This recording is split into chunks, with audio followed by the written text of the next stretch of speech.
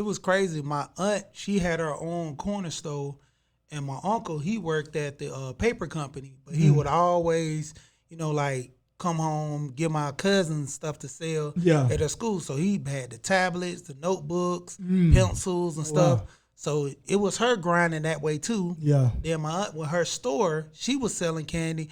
So she had a knack where my cousin was doing it, and I would always see them with money, and I would always think my uncle and them, they was rich, man. I was like, man, y'all always, you get my cousin, he got whatever he wanted. The boy, he Yeah. was the only boy out of the two girls, and then they really didn't want for nothing. So I was like, man, they rich over there, and just knowing that they, had that entrepreneurship spirit, Yeah. and they both was working a regular 9 to 5, Yeah. and then my aunt, she ended up started her business for the corner store. So she started working and did that full time to, situations happening. She had to close the store down. Yeah. But, I always seen my family working and stuff like that. And it got to a point where I was like, man, I want to make money too. Yeah.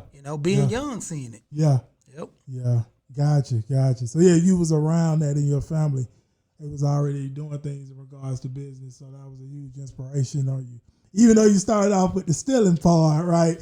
Yeah. Yeah. The a little bit unethical in the beginning stages, but you still was learning entrepreneurship because you was selling the candy, and then, like you say, you had family members as well running businesses. Okay, gotcha. Yeah, at the end of the day, we end up moving to Decatur.